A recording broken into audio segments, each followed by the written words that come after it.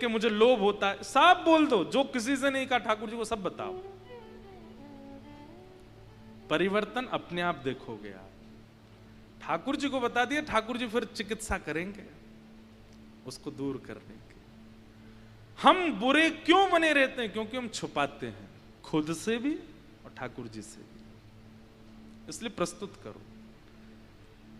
पूतना राक्षसी बनकर के आई, भगवान ने उसका वध किया। जोर की आवाज हुई, सब ब्रजवासी दौड़े, कहां भय हो, कहां भय हो, कहां भय हो। देखी तो महाराज विशाल पूतना पड़ी है। सब ने दौड़ के पहले भीतर जाके देखी, लाला कहां है? लाला मिलो नहीं। तो देखी महाराज तो पूतना के पयोधर पे पड़ो है लाला। सब ने जाकर के ठाकुर जी को वहां से उतारा, लेकर के गौशाला गए। गौमूत्रेण स्नापित्वा पुनर्गौरज सार्वकम। गौमूत्र से स्नान कराया, गौ की चरण रज को ठाकुर जी के 12 अंगों पर लगाया और गाय की पूंछ से ठाकुर जी को झाड़ा दिया। अब देखो, एक बात हमारी सुनिएगा, गाय जानवर नहीं है, वैद्य है। कौन है? वैद्य। और आपकी तो चलो जो भी हो, ठाकुर जी की तो वैद्य है। पूरे विश्व की पीड़ा परमात्मा दूर करता है और परमात्मा की पीड़ा गैया दूर कर रही है। बताओ। भागवत जी में स्पष्ट लिखा है, जब जब राक्षस आए तब तब यशोदा मैया तुरंत ठाकुर जी को लेके कहां जाती? गौशाला में। गैया के 12 भगवान के अंगों पर गैया के चिन्ह लगाती। अच्छा एक बात बोले, पूरी भागवत जी में आपने ये नहीं सुना होगा कि ठाकुर जी बीमार हुए, ठाकुर जी को बुखार आ गया, ठाकुर जी के सिर दर्द हो गया, ठाकुर जी कमर में दर्द हो गया। एक जगह आया बस, ब्रजवासियों की याद में रुक्मणी जी को बताने के लिए ठाकुर जी को ज्वर चढ़ा था। ठाकुर जी हमेशा शारीरिक स्वस्थ ही रहे। क्यों? नित्य जितने दिन श्री कृष्ण पृथ्वी पर विराजमान रहे, नित्य एक दिन भी बेनागा किए। ऐसा एक भी दिन नहीं गया कि गैया का स्पर्श नहीं किया ठाकुर जी ने। हर दिन, चाहे ब्रज की लीला हो चाहे द्वारिका लीला हो। अरे जब महाभारत का युद्ध हुआ था ना, तो ठाकुर जी ने पांडवों से कहकर के सबसे पहले पांडवों के शिविर में गौ को स्थापित किया। छोटी सी गौशाला बनवाई थी जहां पर सारे योद्धा रहते थे, और किनारे में एक छोटी सी गौवंश को भी बुलाया था। और सब योद्धाओं से कहा, नित्य गैया को प्रणाम करके जाओ, या तो तुम्हारी विजय होगी, और अगर कहीं युद्ध में मारे गए तो गैया को प्रणाम करके गए हो, अधोगति नहीं होगी, भगवत धाम की प्राप्ति होगी। नित्य गैया को प्रणाम करो। ये टप टप ताली बजाने से कुछ नहीं होगा, क्योंकि हमने तो गैया की बिल्कुल कदर की नहीं। जिनको ठाकुर जी इतना मान देते हैं, हम उनका मान नहीं दे रहे, तो ठाकुर जी हमें कैसे प्राप्त होंगे? एक बात याद रखिएगा, जैसे भगवत प्राप्ति के लिए नाम जप है, जैसे भगवत प्राप्ति के लिए व्रत अनुष्ठान है, जैसे भगवत प्राप्ति के लिए साधन है, वैसे ही भगवत प्राप्ति के लिए स्वच्छंद भाव की गौ सेवा भी है। गौ सेवा, और गौ सेवा भी किस भाव से? अब आप कहोगे ग्वारिया भी तो करते हैं गौ सेवा। हाँ, तो उनकी सदगति होगी। गौ सेवा भी इस भाव से कि कोई देखे ना, कोई पूछे ना, कोई जाने ना, बस ये मेरी है, मैं इनकी सेवा करूं। मैं तो कथा में कहता हूं, जिसको गौमूत्र और गौ गोबर से घृणा होती है, ठाकुर जी को उससे घृणा होती है। हमारे अष्ट सखा गाते हैं, आगे गाय पाछे गाय, इत गाय उत गाय, गोविंद को गायन में बस वो ही भावे। गैया के बीच में ठाकुर जी को बहुत अच्छा लगता है। गाय, गंगा और गौरी, इन तीन की उपासना जीवन में ले आइए। गौरी मतलब मातृशक्ति, माताएं बहनें। गाय, गंगा और गौरी। आज मुझे एक व्यक्ति ने निवेदन किया, बोले महाराज जी आप एक चीज कथा में बोल देंगे? मैंने कहा बताओ। बोले अभी वो श्रावण आएगा तो कावड़िया आते हैं हरिद्वार, आप उन सब से एक निवेदन कर दीजिए। क्या? कि गंगा में स्नान करें, एक तो कुल्ला ना करें, एक वस्त्र ना धो। मैंने कि केवल कावड़ियाओं से नहीं, गंगा स्नान करने वाले हर व्यक्ति से हमारा निवेदन है कि गंगा जी में ना तो वस्त्र धोइए ना कभी कुल्ला कीजिए, ये दो काम मत कीजिए। ये परिवर्तन की भावना अपने अंदर लाइए, आपके सारे पुण्य क्षीण हो जाते हैं। चरणामृत है ठाकुर जी का। तो गैया की सेवा में थोड़े लगिए, ठाकुर जी को बहुत प्रिय है। ठाकुर जी धीरे धीरे अब 3 महीना के हो गए। 3 महीना के जैसे ही भये तो ठाकुर जी ने आज पहली बार करवट बदली।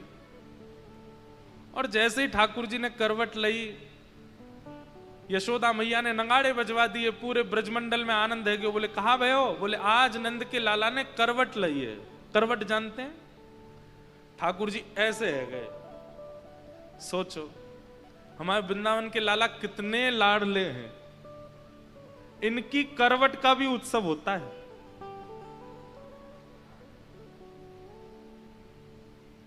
और करवट का उत्सव किस भाव से हो रहा है? बहुत ध्यान से सुनिए सब लोग, इधर देखो। करवट का उत्सव इस भाव से कि ब्रजवासी इतने उत्सुक हैं कि लाला कब बोलेगो, कब चलेगो, कब हमारे पास आवेगो, कब कब कब या की गति आवेगी। तो करवट एक प्रकार से सबसे पहला मूवमेंट होता है बालक का।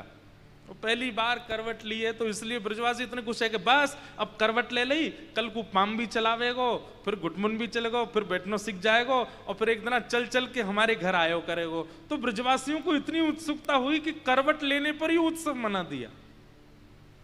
और छोटा मोटा उत्सव नहीं मना, खूब विशाल झड़ा भंडारा। झड़ा भंडारा मतलब 84 कोस के ब्रजमंडल में किसी के घर पर चूल्हा नहीं जला, सब नंद भवन आए रोटी खावे। क्यों? करवट लिया आज लाला ने। जिनके आप दर्शन करते हो, राधा रमण हो, राधा वल्लभ हो, बिहारी जी हो, बड़े लाडले लाला, बड़े लाडले।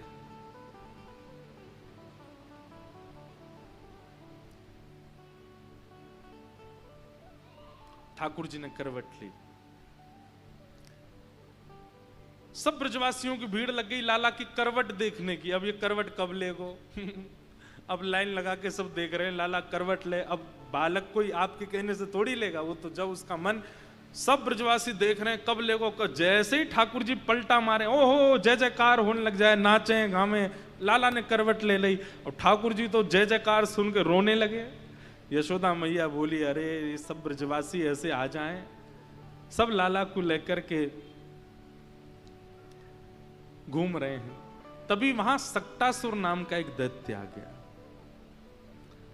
ठाकुर जी एक सकट के नीचे, सकट कहते हैं बैलगाड़ी को, बैलगाड़ी के नीचे सो रहे थे। मैया ने झूला बना दिया, वहां के नीचे सो रहे। इतने में ही सक्टासुर दैत्य आ गया। भगवान ने पाद प्रहार से सक्टासुर का वध कर दिया। बोलो सक्टासुर मर्दन गोपाल की। धीरे धीरे ठाकुर जी अब 1 साल के हो गए। और जैसे ही लाला 1 साल के भये,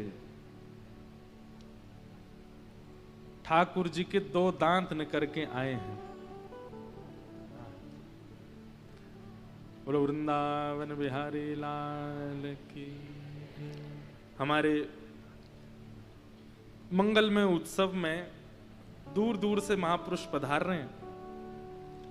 आज हिमाचल में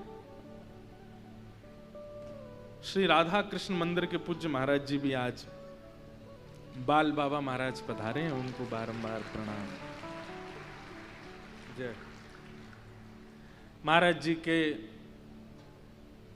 स्थान पर 2 वर्षों तक एक बार 2 वर्ष तक जन्माष्टमी करने का अवसर प्राप्त हुआ था दास को। वहीं जन्माष्टमी पर कथा होती थी हिमाचल ऊना में। आज पूज्य महाराज जी भी पधारे हैं, उनको बारंबार प्रणाम। जय। ठाकुर जी 1 साल के हो गए। और जैसे ही ठाकुर जी 1 साल के भये तो ठाकुर जी के थोड़े थोड़े दांत निकल आए हैं, 2 दतुइयां निकल आई हैं। और ठाकुर जी मन में सोचें ये 2 दांत निकल आए, मैया को कैसे बताऊं कि मेरे दांत आगे? बोल तो सकते नहीं अभी। तो बगल में दाऊ दादा लेटे थे। सो ठाकुर जी ने दाऊ दादा को हाथ पकड़ो और हाथ पकड़ के मुंह में लेके जोर से काट गए। और जैसे ही ठाकुर जी काटे, यशोदा मैया तो दूर कहीं काम कर रही, दाऊ दादा अरे मैया खागो खागो खागो मोए खागो। यशोदा मैया दौड़ी दौड़ी आई, अरे ए दाऊ तू काय को खींचे, काय को चिल्ला रहो है? मैया देख लाला मोए खागो। मैया बोली वाके केवल मसूड़े हैं, वाके दांत तो है ना है, वो कितनी जोर से खा जाए तेरे लगेगी तो है ना। ना मैया देख, जैसे ही मैया ने देखी तो ठाकुर जी के 2 छोटे छोटे दांतों के चिन्ह बने हैं दाऊ दादा के हाथ पे। वो देख करके मैया ने दाऊ दादा को हाथ छोड़ो, लाला लाला ने मुंह दिखाइयो। और ठाकुर जी के ऐसे होठ ऊपर करके मैया ने जब 2 दांत देखे, मैया तो बलैया लेने लगी, आरती लेके आई, लाला की आरती करने लगी। दाऊ दादा बोले वाह, हमें खागो और या की आरती हो रही है ऊपर से। मैया ने जाके रोहिणी मैया को बताई और मैया पूरे ब्रजमंडल में हवा की तरह बात फैल गई, लाला के 2 दांत निकल आए। अब तो ब्रजमंडल के सबरे ब्रजवासी आ गए और सब आमे लाला ने हमू दिखाए थे कैसे दांत हैं तेरे। कोई अपनो हाथ कटवावे, कोई अपनी उंगली कटवावे, कोई अंगूठा कटवावे। ठाकुर जी से कटवा रहे हैं सब, और जैसे ही वो चिन्ह बन जाए सब अपने सिर से लगावे। अरे मैया तेरे लाला के 2, अब तो बस नेक और दिना रुकनो है, चलन लगेगा तुम्हारो लाला। सब इतने प्रसन्न हैं। ये आनंद ही श्री कृष्ण है, जो हर स्थिति में सुख दे रहे हैं, जो हर स्थिति में उत्सुकता दे रहे हैं, वही श्री कृष्ण है। अब यशोदा मैया लाला को लेकर के बुलवाती हैं, लाला बोल मैया, ठाकुर जी नहीं बोलते। फिर दाऊ दादा ले जाते हैं, बोले लाला बोल भैया, ठाकुर जी नहीं बोलते। नंद बाबा गोद में ले जाते हैं, बोले लाला बोल बाबा, ठाकुर जी नहीं बोलते। सबरे पीछे पड़े रहे, लाला बोले ही ना है, लाला बोले ही ना है। एक दिन यशोदा मैया अपनी गोद में लेके गौशाला में घूम रही थी, और जैसे ही गैया के पास गई तो ठाकुर जी गैया की ओर उंगली करके बोले मैया गैया। और जैसे ही ठाकुर जी बोले गैया, यशोदा मैया बोली लाला दोबारा बोलियो, बोले गैया। ठाकुर जी ने सबसे पहला शब्द उच्चारण पृथ्वी पर आकर के किया गैया। और गैया बोलने के बाद मैया बोली लाला एक बार बोल दे मैया, ठाकुर जी बोले मैया। गैया से प्रारंभ किया, फिर मैया बोले। सूरदास जी महाराज ने बहुत सुंदर पद में इसकी व्याख्या की। कहने लागे मोहन मैया मैया, कहने लागे मोहन मैया मैया, कहने लागे मोहन मैया मैया, कहने लागे मोहन मैया मैया। पितानंद सो बाबा रे बाबा, पितानंद सो बाबा रे बाबा। और हलधर सो भैया, और हलधर सो भैया, और हलधर सो भैया, और हलधर सो भैया। हाँ कहने लगे मोहन मैया मैया, कहने लगे मोहन मैया मैया, कहने लगे मोहन मैया मैया, कहने लगे मोहन मैया मैया। बोल नंद के लाला की।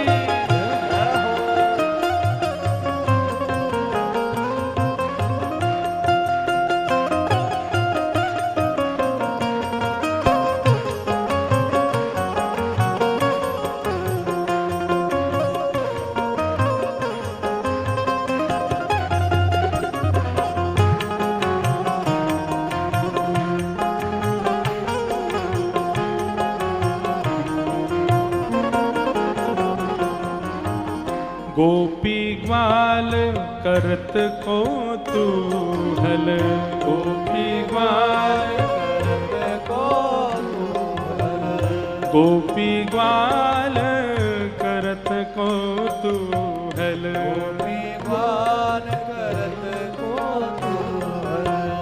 घर घर बजत बधैया,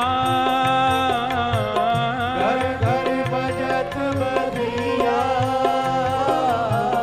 घर घर बजत बधैया, ओ घर घर बजत बधैया, कहने लगे मोहन मैया मैया, कहने लगे मोहन मैया मैया, कहने लगे मोहन मैया मैया, कहने लगे मोहन मैया मैया। भाव का वर्णन करते हैं।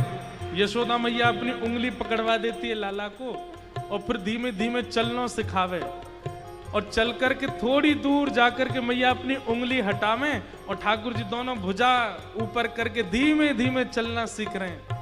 तभी एक खंभ में मणि लगी है और उस मणि में जैसे ही ठाकुर जी ने अपना प्रतिबिंब देखा, अपना प्रतिबिंब देख करके ठाकुर जी अपने को ही देख करके उसके सामने नृत्य कर रहे हैं और सूरदास जी उसका वर्णन कर रहे हैं। हो मणिखम्मण प्रतिबिंब बिलोकत, मणिखम्मण प्रतिबिंब विलोकत, मणिखम्बन प्रतिबिंब बिलोकत, मणिखम्मन प्रतिबिंब विलोकत, नाचत कुंवर कन्हैया, नाचत कुंवर कन्हैया, नाचत कुंवर कन्हैया, नाचत कुंवर कन्हैया, हो नाचत कुंवर कन्हैया, कन्हैया कन्हैया, कहने लगे मोहन मैया मैया, कहने लगे मोहन मैया मैया, कहने लगे मोहन मैया मैया, कहने लगे मोहन मैया मैया। सूरदास प्रभु तुमरे दर्श को, सूरदास प्रभु तुम्हारे दर्शन को, सूरदास प्रभु तुमरे दर्श को, सूरदास प्रभु तुम्हारे दर्शन को, हो चरणन की बलजैया, चरणन की बलजैया, चरणन की बलजैया,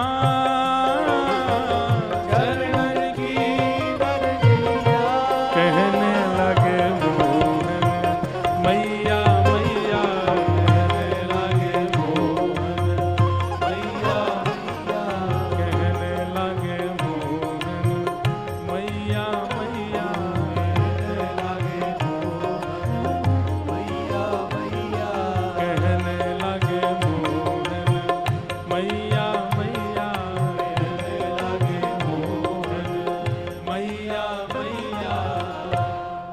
ठाकुर जी बोलने लगे। सब ब्रजवासियों को इतना सुख मिला, अब तो ब्रजवासियों की लाइन लग गई अपनो अपनो नाम बुलवा में। तोतली वाणी में ठाकुर जी सबका नाम बोलते हैं। कोई गोपी को नाम प्रभावती, और वो कहे लाला बोल प्रभावती। अब ठाकुर जी कैसे बोले प्रभावती, लेकिन फिर भी ठाकुर जी उल्टा सीधा नाम बोलते हैं और वही सुनकर के ही सब गोपियां प्रसन्न हो जाती हैं, आनंदित हो जाती हैं। ऐसी ठाकुर जी की मधुर लीला चल रही है। गर्गाचार्य जी महाराज आए और भगवान का नामकरण संस्कार किया। बड़े भाई का नाम बलभद्र रखा, बलराम रखा, और छोटे भैया का नाम कृष्ण रखा। ठाकुर जी का नाम कृष्ण उनके वर्ण के भाव से रखा गया। इदानिम कृष्णताम गतः। कृष्ण शब्द की सामर्थ्य क्या है?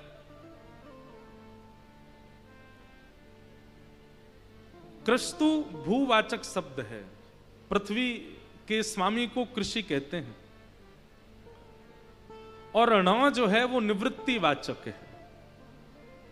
मतलब इस नाम को गाने वाला व्यक्ति निवृत्ति को प्राप्त होता है, और पृथ्वी पर रहने वाला व्यक्ति अगर इसको गाए, पृथ्वी का स्वामी कृषि और ण यानी निवृत्ति, पृथ्वी के स्वामी यानी कि मानवों की जिस नाम से निवृत्ति होगी, जिस नाम से मुक्ति होगी, वही है कृष्ण। ठाकुर जी का नाम, लोग अधिकतर कृष्ण शब्द का उच्चारण गलत करते हैं। कई लोग कृष्ण कहते हैं, कई लोग कृष्णा बोलते हैं, कई लोग कृष्ण बोलते हैं। बहुत उच्चारण उसका शुद्ध नहीं कर पाते। शुद्ध उच्चारण कृष्ण। जय बोलो वृंदावन बिहारी लाल।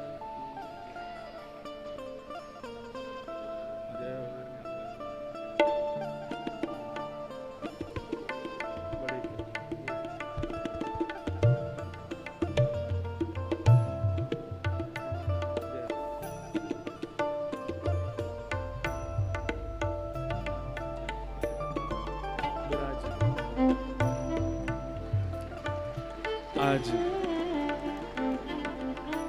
परम आनंद की बात है हमारे मध्य में श्रीमद् रामचरितमानस एवं श्रीमद् भागवत कथा के बड़े प्रखर सरस प्रवक्ता, जो कि आपके यहीं हरिद्वार की भूमि में विराजते हैं, ऐसे परम पूजनीय वंदनीय श्री चिन्मयानंद बापू जी पधारे हैं। बहुत बहुत प्रणाम, बहुत बहुत वंदन।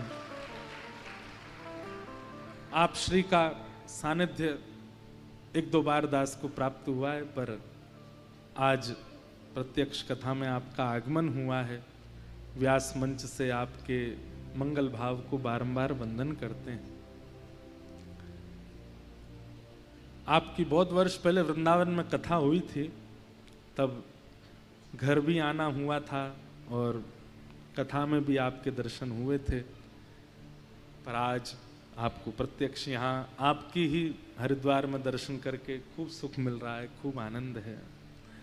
बोलो वृंदावन बिहारी लाल की। इदानिम कृष्णताम गतः, भगवान का नाम कृष्ण रखा गया।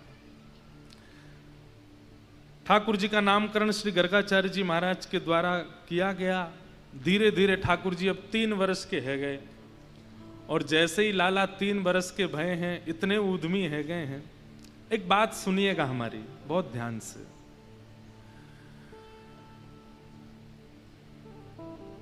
प्रेम अधिक जहां होता है वहां प्रभुता का त्याग किया जाता है। प्रेम अधिक जहां होता है वहां अपनी पदवी का त्याग किया जाता है, और जहां प्रेम नहीं होता ना, वहां केवल प्रेम का आडंबर किया जाता है। ना तो प्रभुता छोड़ी जाती, ना अपनी पदवी का त्याग करता है। बहुत ध्यान से सुनिएगा। श्री कृष्ण परमात्मा है, ईश्वर है, लेकिन ब्रजवासियों ने इतना प्रेम किया है ठाकुर जी से कि ठाकुर जी अपनी प्रभुता भूल करके सब लीला कर रहे हैं वृंदावन में। और ये प्रमाण है कि प्रेम वास्तविक है, तभी प्रभुता छोड़ी है। विश्वास मानिए, जहां व्यक्ति अपने आवरण से निकल ना पाता हो आपके व्यवहार से, तो समझो कि आपने प्रेम दिया नहीं। आपने इतना स्नेह दिया, इतना प्रेम दिया, इतना उसको रिझा लिया कि वो अपनी स्थिति से बाहर आकर के सहज हो गया। और ये सामर्थ्य ना तो ज्ञान में है, ना वैराग्य में, ये सामर्थ्य केवल प्रेम में है ऐसा कराने की। सामने वाला अपनी स्थिति भूल जाए, अपनी पदवी भूल जाए, अपनी प्रभुता भूल जाए। एक बात कह दें, आज भी हम सबके घर में ठाकुर जी हैं, लेकिन हम इतना प्रेम दे ही नहीं पा रहे हैं कि वे अपनी प्रभुता भूल करके चलने लगे, बोलने लगे, बैठने लगे, खाने लगे, पीने लगे, कुछ करने लगे। वो जैसे हैं वे जैसे आए थे वैसे ही रहते हैं, परिवर्तन नहीं होता उनमें। तो इस बात को आप निश्चित मान लीजिए कि हर दिन की सेवा में ठाकुर जी में कोई परिवर्तन नहीं दिखता, ठाकुर जी में कोई गुण प्रकट नहीं होता, ठाकुर जी बोल नहीं रहे हैं, ठाकुर जी कुछ कह नहीं रहे हैं। ऐसा नहीं है कि बोलते नहीं है, बोलते हैं। ऐसा नहीं है कहते नहीं है, चलते सब करते हैं हमारे ठाकुर जी। पर आपके प्रेम में वो सामर्थ्य नहीं कि वो अपनी प्रभुता छोड़ दें।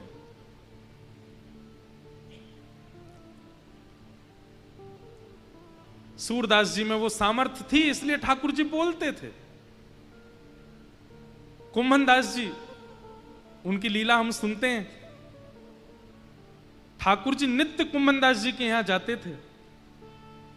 कुंभन दास जी का ना तो घर अच्छा था, कुंभन दास जी का ना परिवार में संपत्ति थी, लेकिन फिर भी ठाकुर जी रोज जाते थे। और कुंभन दास जी का नाम ठाकुर जी ने रखा था कुंभना।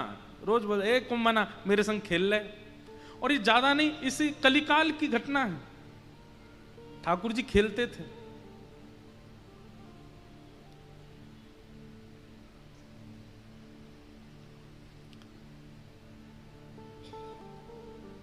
हमारी स्थिति ऐसी बन नहीं पाई है अभी तक कि हम ठाकुर जी से कुछ बुलवा दें, कुछ कहवा दें। जैसे हैं यथावत रहते हैं ठाकुर जी। प्रेम प्रस्तुत करो, उसी से बोलते हैं ठाकुर जी। ब्रजवासियों ने इतना प्रेम प्रकट कर रखा है कि ठाकुर जी अपनी प्रभुता भूल करके ब्रज में लीला कर रहे हैं।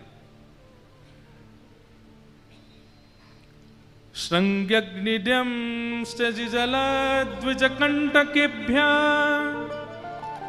क्रीडा परावति चलौ स्वसुतो निषेद्धुम् ग्रह्याणि कर्तुमपि यत्र न तज्जनन्यो शोकातयापतुरलं मनसो नवस्था। एक श्लोक में शुकाचार्य जी महाराज ने ठाकुर जी के सब्र ऊधम बता दिए। श्रृंग्यग्निड्यं शशि जलद्विजकंटकेभ्य। सबसे पहला ऊधम क्या है ठाकुर जी का? गैया, बड़े बड़े सींग वाली गैया ठाकुर जी को झूला है। क्या है? झूला।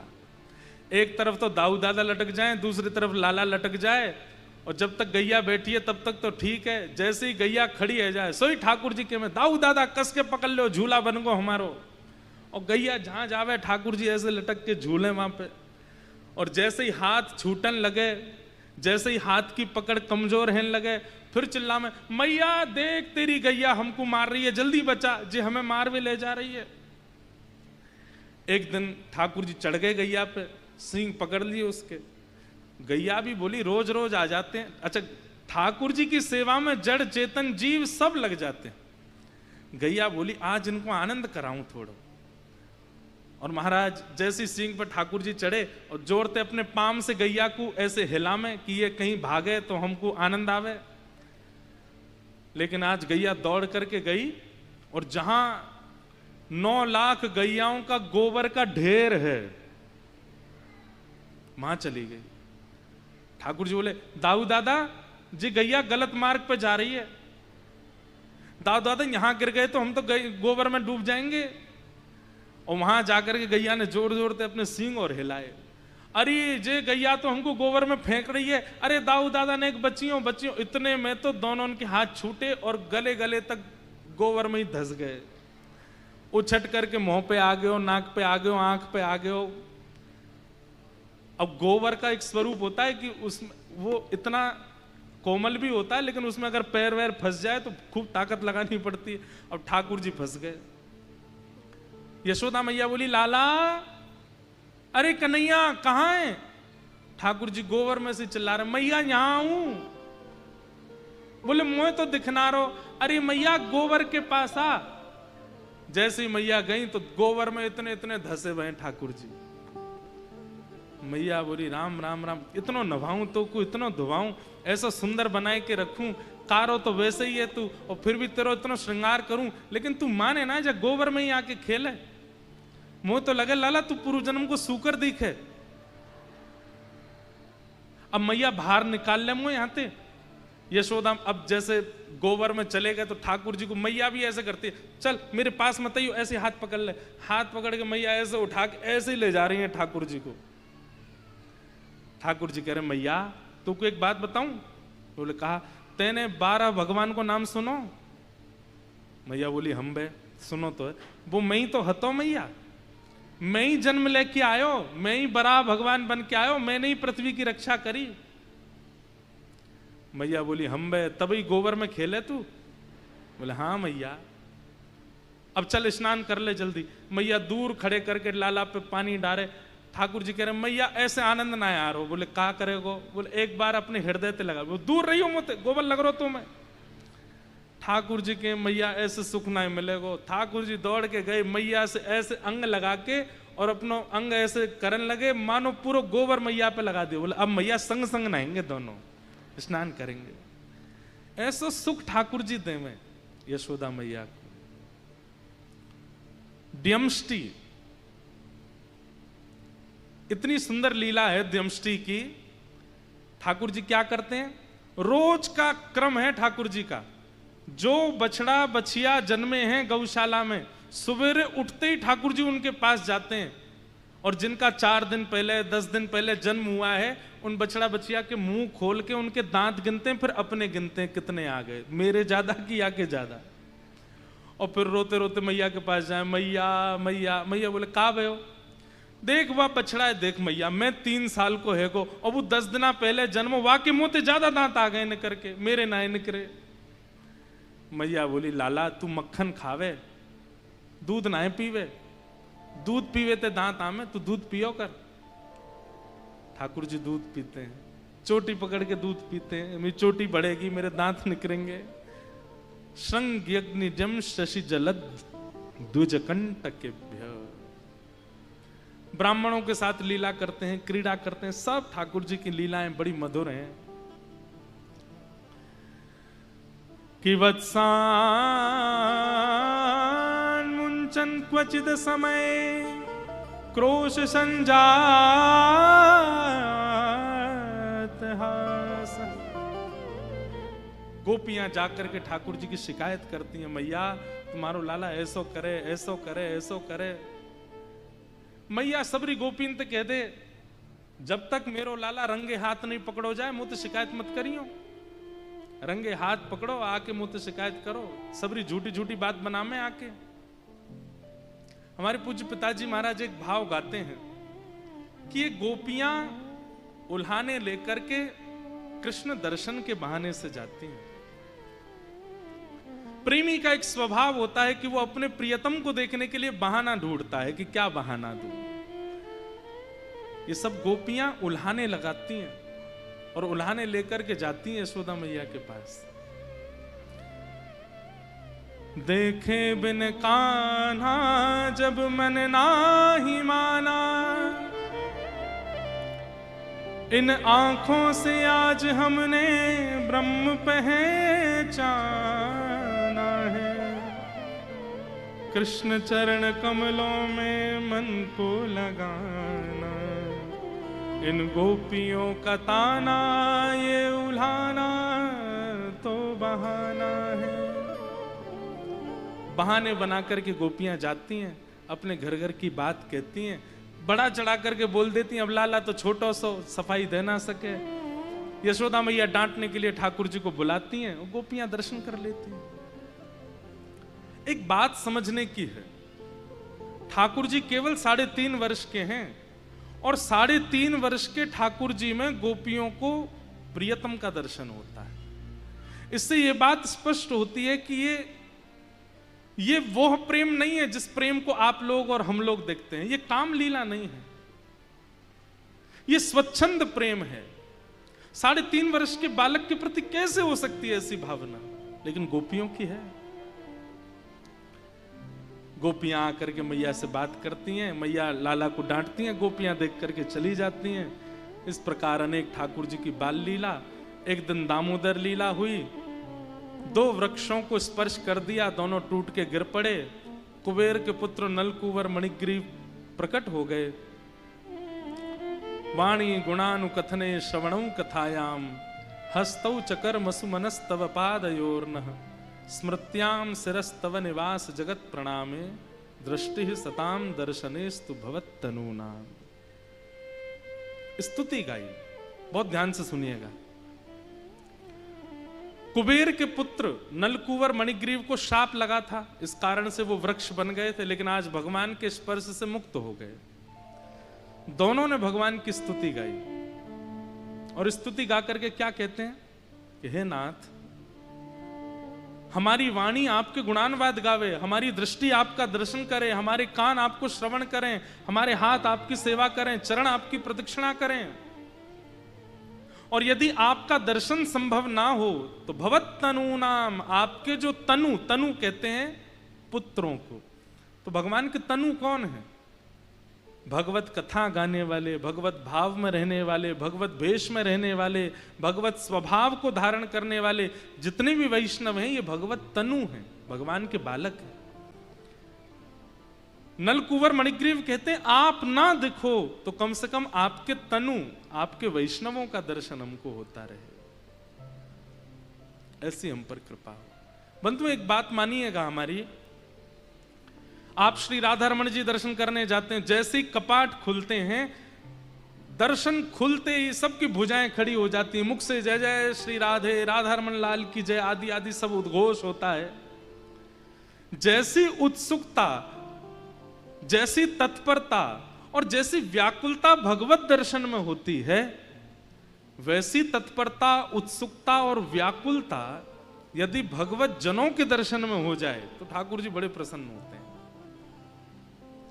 मान लो आप एयरपोर्ट पर हैं और तभी कोई वैष्णव दिख जाए, और वैष्णव देख करके तुरंत आपने अपने चप्पल उतारी, जूते उतार, नहीं विचार किया कि देख रहे हैं लोग, तुरंत नतमस्तक हो गए, दंडवत किया, प्रणाम किया। आप भले ही उनको जानते भी नहीं है, लेकिन केवल उनका भगवत भेष देख करके इतनी तत्परता आपके चित्त में आ जाए, ये ठाकुर जी को बहुत प्रिय लगती है। हमारे अष्ट सखा कहते हैं, भगतन में मति, भगतन में गति, भगतन में मति,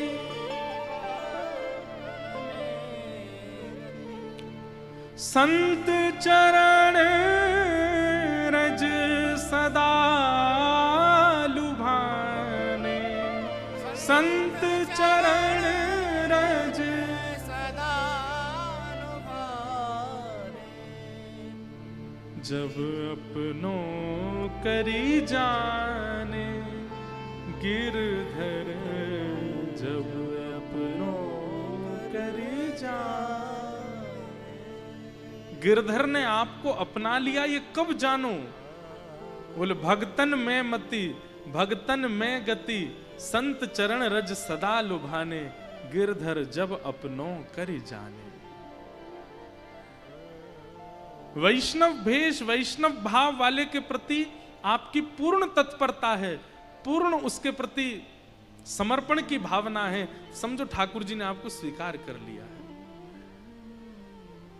भगवत जनों के प्रति आपकी निष्ठा नहीं है, केवल ठाकुर जी की सेवा पूजा पाषाण सेवा में ही लगे रहते हैं, ठाकुर जी उससे प्रसन्न नहीं होते। भगवत जनों के प्रति आपकी निष्ठा, उससे ठाकुर जी बड़े प्रसन्न होते हैं, ठाकुर जी को प्रिय लगता है। नलकुंवर मणिग्रीव ने यही मांगा कि आपके जनों के प्रति हमारी ऐसी निष्ठा हो जाए नाथ। भगवान ने उनको मुक्त किया।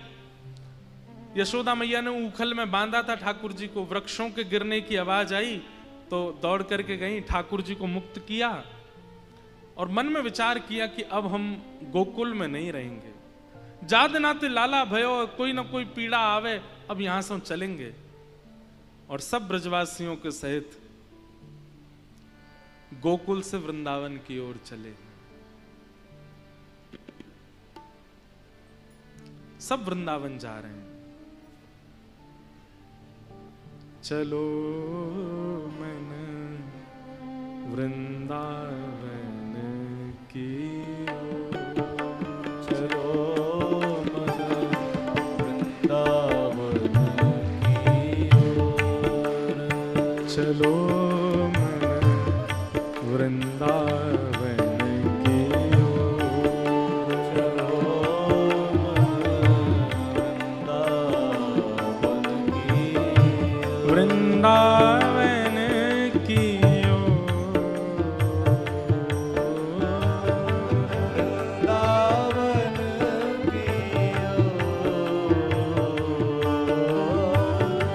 वृंदावन की ओर,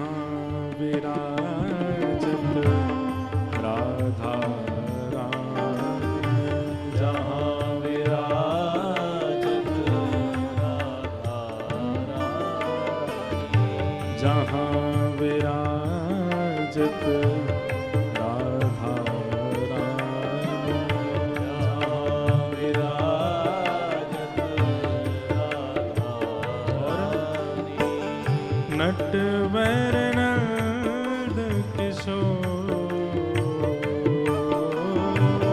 नटवर नंद किशोर, नटवर नंद किशोर, नटवर नंद किशोर, हे चलो मन वृंदावन की ओर, चलो मन वृंदावन की ओर, हे चलो मन वृंदावन की ओर, चलो मन वृंदावन की ओर, वृंदावन की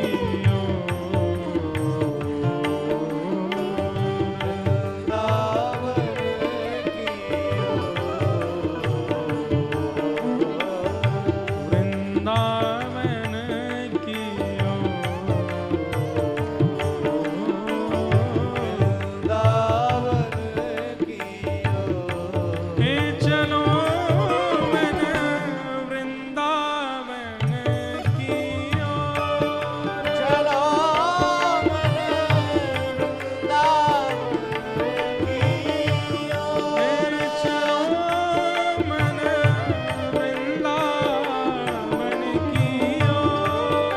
चलो मन वृंदावन की ओर। क्या होता है वृंदावन? घर घर तुलसी ठाकुर सेवा, घर घर तुलसी ठाकुर सेवा, घर घर तुलसी ठाकुर सेवा, घर घर तुलसी ठाकुर सेवा। दर्शन गोविंद जी को, दर्शन गोविंद जी को, दर्शन गोविंद जी को, दर्शन गोविंद जी हे चलो मन वृंदावन की ओर,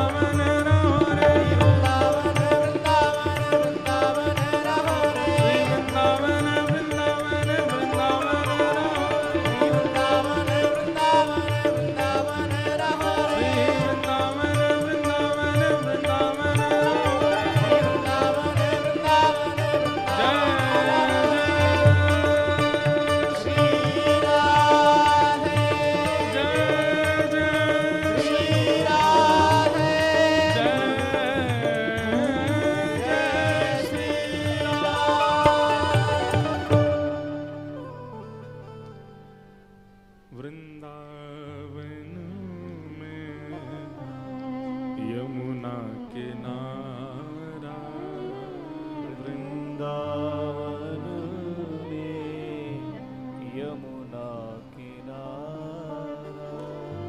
नाचत नंद किशोर,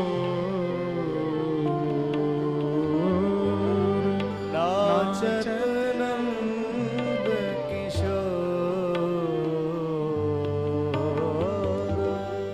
नाचत नंद किशोर,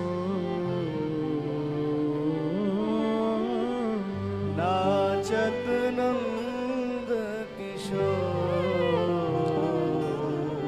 चलो मन वृंदावन की ओर, चलो मन वृंदावन की ओर।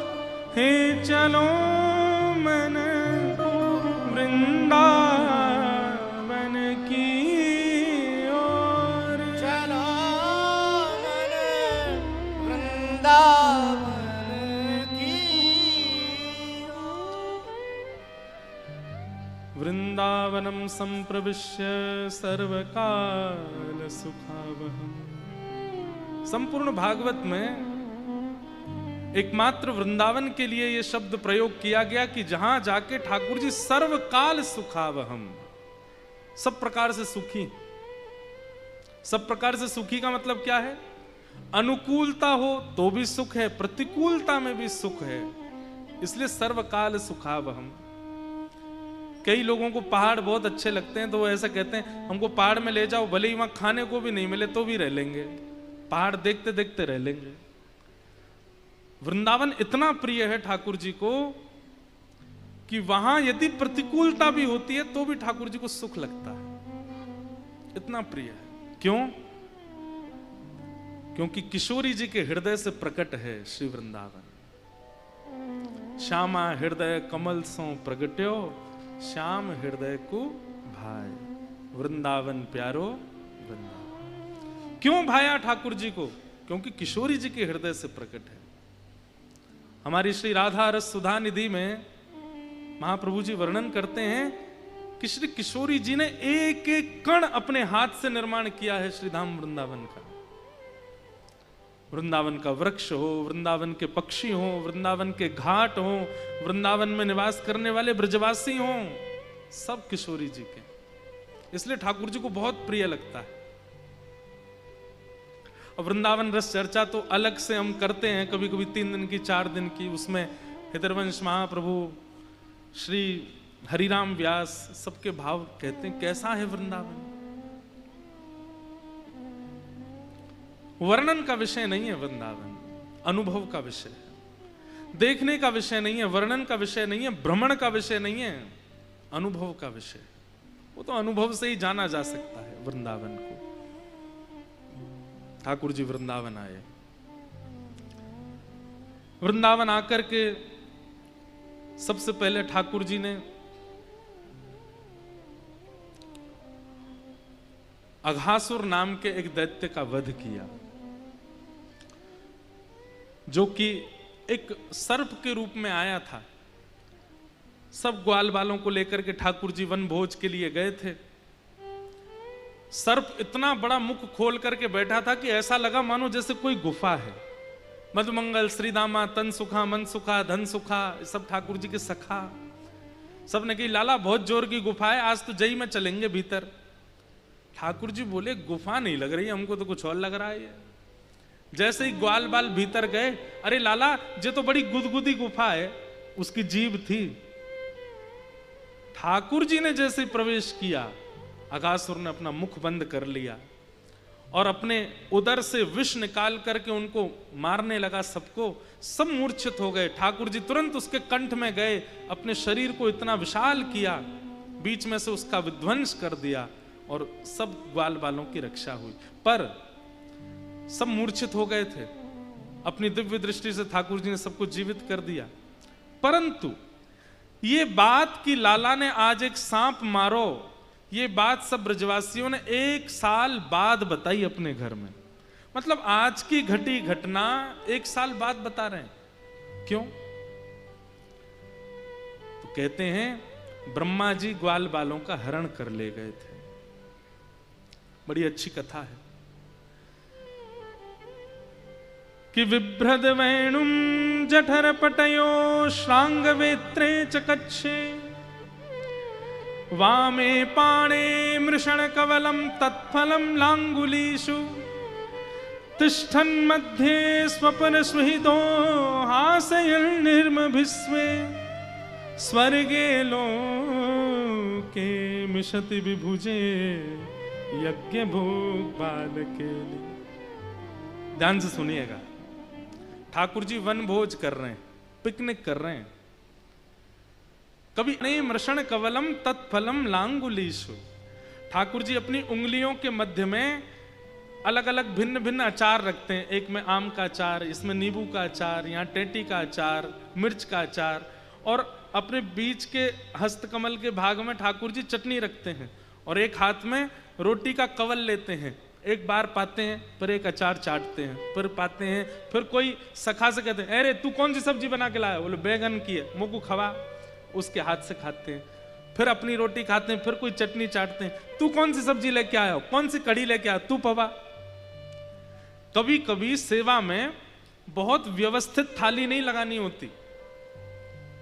कभी कभी ऐसा भाव रखो आज ठाकुर जी वन भोज करेंगे, तो वन भोज में कैसे, एक बड़ा रोटला, उसी के बीच में चटनी, एक तरफ सब्जी, एक तरफ दाल, रोटी के ऊपर ही। कभी कभी ठाकुर जी को वन भोज के भाव से ऐसे भोग लगाओ। ठाकुर जी पा रहे हैं प्रेम से। प्रसिद्ध कथा है कि मधुमंगल छुप करके कड़ी पी गया था, बासी कड़ी थी, खट्टी कड़ी थी, लेकिन सब ग्वालान ने ठाकुर जी से जाके कही लाला बड़ो चतुर है मधुमंगल। बोले चो कड़ी बना के लायो, कोई और खा नहीं ले, या हमारे चुपचाप खा रहा हो एकांत में बैठ के। ठाकुर जी बोले दारी के बताऊं अभी। दौड़ के गए, अरे मधुमंगल। मधुमंगल मुंह से लगाए पूरा घड़ा पी रहा था कड़ी का, और जल्दी जल्दी पी रहा था कि कहीं बच नहीं जाए, ठाकुर जी पाएंगे तो खट्टा कड़ी है उनको लगेगा। लेकिन लाला माने ना है, जबरदस्ती मांग ले, या हमारे जल्दी जल्दी पी रहे थे। इतने में ठाकुर जी पहुंच गए, मधुमंगल क्या कर रहे हो। मधुमंगल ने जैसे ही मुख से हटाई, कछु ना लाला, अच्छा हम ते कड़ी छुपा के खा रहे है ना लाला, बात वो ना है, 3 दिन आते घर में कछु बनो ना है, एक ही कड़ी पा रहे हैं सबरे घर के। अब तू तो राजा को लाला, तेरे घर तो रोज नए नए पकवान बने, हम तो लाला गरीब हैं। 3 दिन पहले की कड़ी धरी, बासी है गई, दुर्गंध आ रही वहां में ते, खट्टी है गई, तू खावेगो तो तू को कर्कश लगेगी, या हमारे एकांत में खा रो। और तू माने ना है, सामने बैठतो तो जरूर खातो, या हमारे एकांत में खा रो। ठाकुर जी बोले बिना चाखे कैसे जानू कि खट्टी है, तेरे कहवे ते थोड़ी मानूंगा मैं तो चाखूंगा। मधुमंगल बोलो अब तो लाला में सबरी पा गए हो, या मैं तो बच्ची ना है। ठाकुर जी बोले हिलियो मत इतकुआ। और ठाकुर जी ने उस ऐसे थोड़ी पकड़ी और अपने समीप लेकर के बोले तेरी नाक पे, होठ के ऊपर और यहाँ पे थोड़े थोड़े कड़ी के कण लगे, मैं इनको चाट लूं। ना ना लाला ऐसा नहीं, इतने तो ठाकुर जी ने पकड़ के जीभ निकाल के चाट गए। नाक पे, होठ के ऊपर, गाल पे जो जो कड़ी के थोड़े भाव मिले, ठाकुर जी चाट गए। मधुमंगल के नेत्र सजल हो गए, आंसू गिरने लगे। लाला तू इतनो प्रेम मत करे कर हमते, हम ब्रजवासी, हमें तो गोबर की सुगंधी आती रे, हम कछु भी पहन लें, कछु भी खा लें, ना उठवे को ढंग ना बैठवे को ढंग, हम तो ऐसे ही बावड़े से। और तू इतनो प्रेम देवे हमें, हमें ऐसा लगे हम जन कौन है। ठाकुर जी बोले ये भेद बता के तू मुझको अलग काहे को कह रहा है। अरे मैं हूं ब्रजवासी हूं, मैं हूं तेरे जैसा हूं। और भैया कड़ी ने खट्टी तो हती, लेकिन तेरे मुख लग जावे तो मीठी सी लग रही मोहे, तो बहुत अच्छी। मधुमंगल ने ठाकुर जी को हृदय से लगा ली, बोले लाला तू बहुत प्रेमी है। अब यहां ये लीला चल रही है, लेकिन आकाश से समस्त लीला देख रहे देवता कुछ तो हंस रहे हैं, कुछ भावुक हो रहे हैं, लेकिन ब्रह्मा जी चिंतित हो रहे हैं। ये परमात्मा है, ये सच में भगवान है। सहस्त्र शीर्षा पुरुषः सहस्त्राक्षा कहकर के जिनको निवेदन किया जाता है, ये वही है। खम्बायु अग्निम शलिलम महिम च ज्योतिम से सत्वान दृशो द्रुमादीन कहकर के जिनको पूरे विश्व में देखने की भाव कही जाती है, ये वही है। जिनके सामने बैठने से पहले अपरस की भावना रखनी पड़ती है, और अपरस में आया हुआ व्यक्ति भी इनको स्पर्श करने से पहले अपवित्र पवित्रो वा सर्वावस्थांगतो पिवा स्मरेत पुंडरीकाक्षम सबाई आभ्यंतर सूचि कहकर के स्पर्श करता है। इतनी शुद्धता पवित्रता का ध्यान रखना पड़ता है, तब इनके स्पर्श के अधिकार मिलता है। और ये ब्रजवासियों के मुख से मुख लगा के उनकी कड़ी चाट रहे हैं, ये परमात्मा है। ये प्रसंग जब मैं सोचता हूं ना, तो मेरे मन में आती है, जब ब्रह्मा की मति घूम सकती है तो मानवों की क्यों नहीं घूमेगी। कई बार लोग बोल देते ना, ठाकुर जी ने रास किया, ये रास कोई भगवान करते हैं? ठाकुर जी ने चोरी करी, चोरी कोई परमात्मा करता है? आजकल बड़े बड़े इन्फ्लुएंसर भी हैं, वो भी बोलते हैं गोपाल जी की सेवा करते हैं, गोपाल जी को यूं करते हैं। अरे वो परमात्मा, उसको झुनझुना दिखाते हैं, उसके सामने ऐसा करते हैं लोग, वृंदावन जाने वाले। आपकी गलती नहीं है, हमारा निर्माण करने वाले ब्रह्मा की भी मति घूमी थी, तो हमारी घूम जाए तो कोई बड़ी बात नहीं है। ठाकुर जी की लीला में संशय उत्पन्न होना ही सामान्य बात है, ब्रह्मा को भी हुआ। लेकिन प्रेम लक्षणा भक्ति यदि चित्त में है तो संशय नहीं होगा, स्वीकार होगा। भक्ति का केवल आवरण है, ज्ञान का केवल आवरण है, तो संशय उत्पन्न होगा। लेकिन प्रेम लक्षणा भक्ति यदि पूर्ण रूप से चित्त में विद्यमान होगी तो संशय नहीं, स्वीकार होगा। जो कर दें ठाकुर जी। हमारे हितरवंश महाप्रभु कहते हैं, जोई जोई प्यारो करे सोई मोहे भावे, जोई जोई प्यारो करे सोई मोहे भावे, भावे मोहे जोई सोई सोई करे प्यारे, भावे मोहि जोई सोई सोई करे प्यारे। हित चतुराशी जी का सबसे पहला पद श्री हितरवंश महाप्रभु कहते हैं, श्री राधा वल्लभ लाल जी को प्रकट किया। वो कहते हैं जोई जोई प्यारो करे सोई मोह भावे। एक बार एक गायक आया श्रीनाथ जी के सामने गाने के लिए, तो गायक के मुंह में पान लगा था, तो पान लगा करके गा रहा था, तानसेन ही था। तो गोसाई विठलनाथ जी बोले, ए तानसेन, तुम झूठे मुंह से गा रहे हो, मेरी तो आदत है, मैं पान खा के ही गाता हूं। ये ठाकुर जी की सभा है, ये तुम्हारे राजाओं की सभा नहीं, पान खा के गा रहे हो, जाओ थूक के आओ उसको। तानसेन बाहर गया, कुल्ला करके आया, पवित्र होके आया, पेटी लेकर के जैसे ही गाने लगा तो सामने खड़े श्रीनाथ जी को झोंके आने लगे। ठाकुर जी सोने लगे। गोसाई जी ने तुरंत पर्दा किया, भीतर गए, जय जय, इतना आलस आ रहा हो कि सो रहे हो? बोले मो या की गायकी बिल्कुल बढ़िया ना, थोड़ी देर पहले बहुत बढ़िया गा रहा हो, अब जन कहा गा रहा है, मो तो समझ ही ना आया आ रहा हो। गुसाई जी बोले थोड़ी देर पहले पान खा के गा रहा था। बोले याते कहो फिरते पान खा के आए गो, और ये जब तक बिना पान खाए रहे मेरे सामने नहीं आवे, पान खा के ही गावे गो। गुसाई जी बोले जय हो, सबरे नियम सबरी शुद्धता हमारे काजे, अपने काजे सबरे नियम तोड़ देते हो। जब अपनी इच्छा पे आते हो तो फिर कुछ विचार नहीं करते। वैदिक क्रिया हो, शास्त्रीय बातें हो, सब हमारे लिए। ठाकुर जी के तो जो रुचिकर लग जाए उसको स्वीकार कर लेते हैं ठाकुर जी। ठाकुर जी की भावना है।